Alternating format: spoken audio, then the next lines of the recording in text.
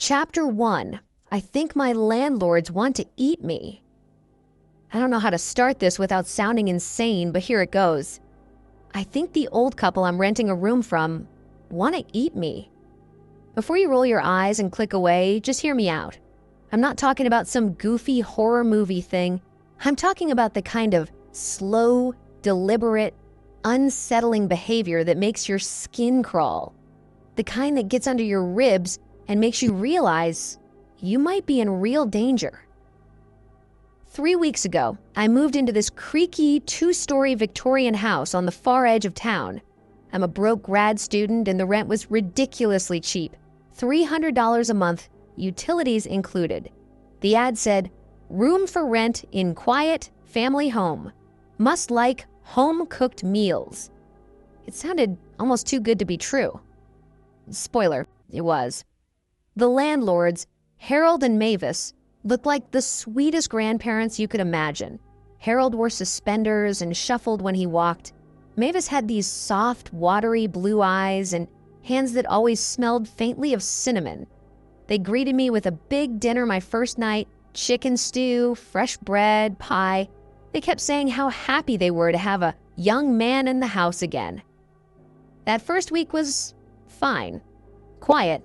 They left me alone for the most part, except for when Mavis would knock on my door with a plate of cookies or Harold would invite me to watch TV in the living room.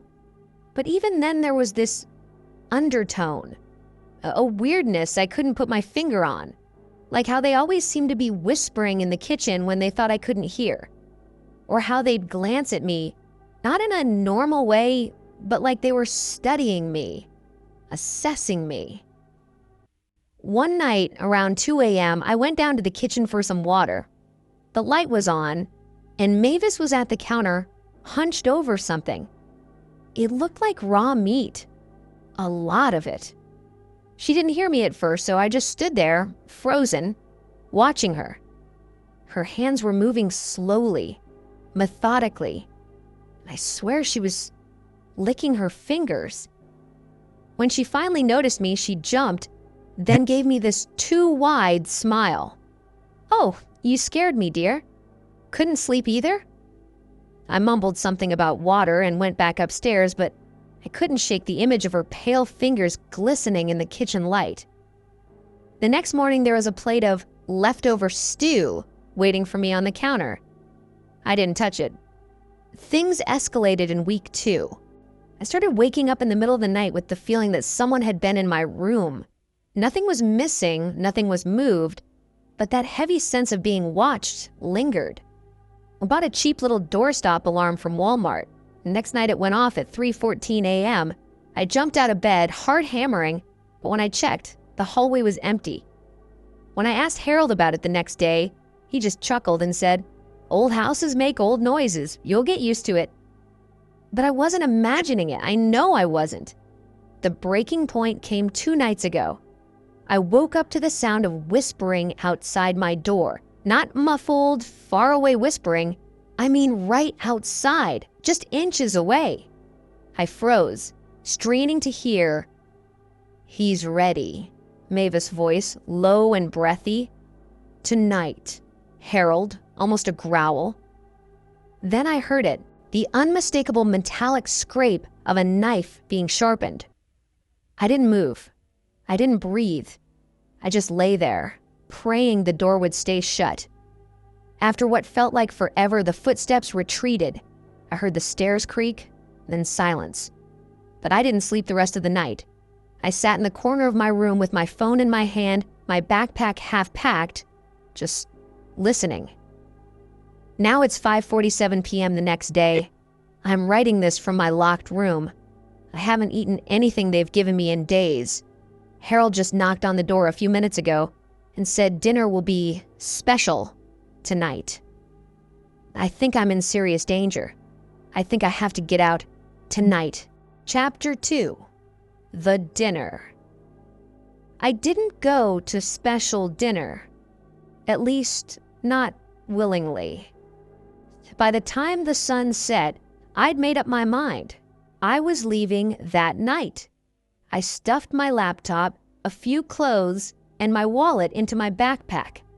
I'd call an Uber from the gas station 2 blocks away. Simple. Only, I couldn't shake the feeling they already knew. At around 7 p.m., Harold knocked again. His voice was soft, almost coaxing. "Dinner's ready, son. We've been working on it all day." I didn't answer. I just stood there, listening to the sound of him breathing outside the door.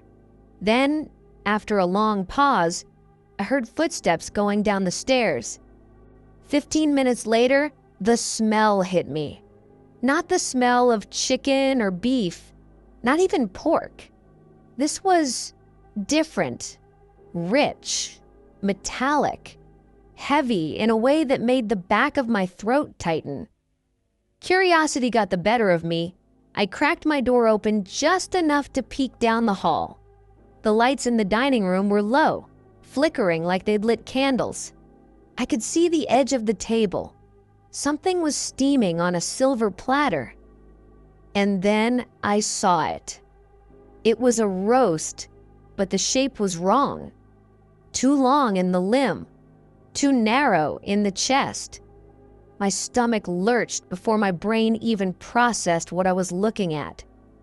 I shut the door quietly and backed away, shaking. I don't know what animal it was, or if it was an animal at all. At 9 p.m., I decided it was now or never. I shoved my bag over my shoulder, grabbed my phone, and eased the door open. The house was silent. Too silent. No TV, no kitchen noises. I crept toward the front door, and when I reached it, my hand froze on the knob.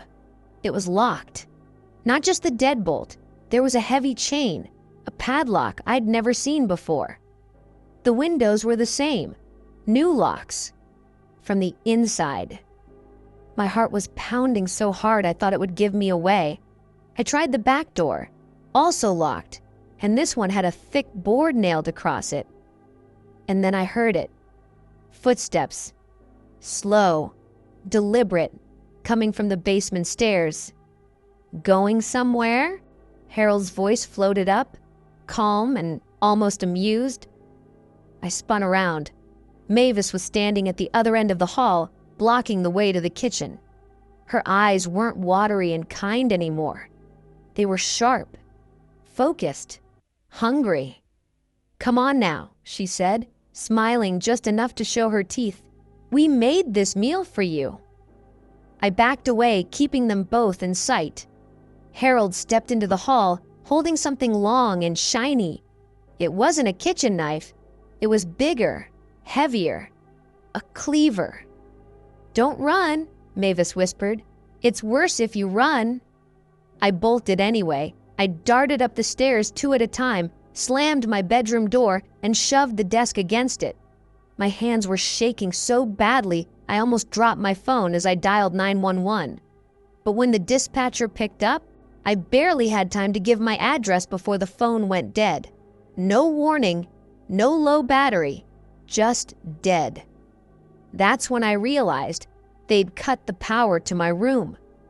It's been an hour since then. I can hear them moving around downstairs. Sometimes they stop right outside my door, just listening. I don't know how long I can keep them out. If I make it through the night, I'll update.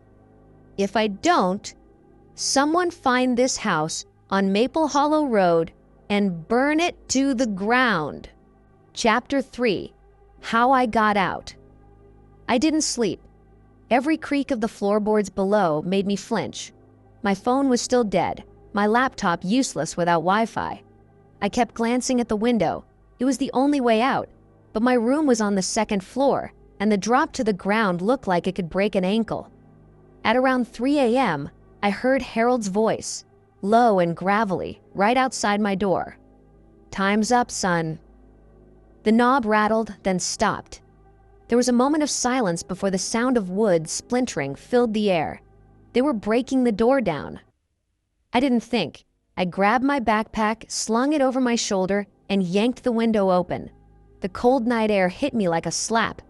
I swung one leg out, and that's when I saw Mavis in the yard below, looking up at me with that awful smile.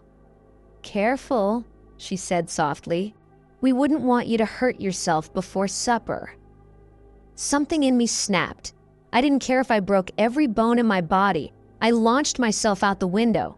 The impact knocked the wind out of me, but adrenaline kept me moving. I scrambled to my feet and ran, ignoring the pain in my knee. Behind me, I heard them shouting, the crunch of their footsteps on the grass. I didn't stop running until I reached the gas station at the corner. The clerk gave me a weird look when I stumbled inside, panting and half crying. But the moment I said, "Call the cops," he picked up the phone without asking questions. It took the police less than 5 minutes to arrive. I told them everything. The locked doors, the whispers, the roast on the table. 2 officers went back to the house with me. But when we got there, the place was spotless. No roast, no cleaver, no extra locks. The table was bare. Harold and Mavis were gone. The officers looked at me like I was just another paranoid tenant, maybe high or sleep-deprived. One even suggested I might have been dreaming. But I know what I saw. I know. I stayed with a friend that night, but the next morning, curiosity got the better of me. I drove past the house. The "For Rent" sign was already back in the yard.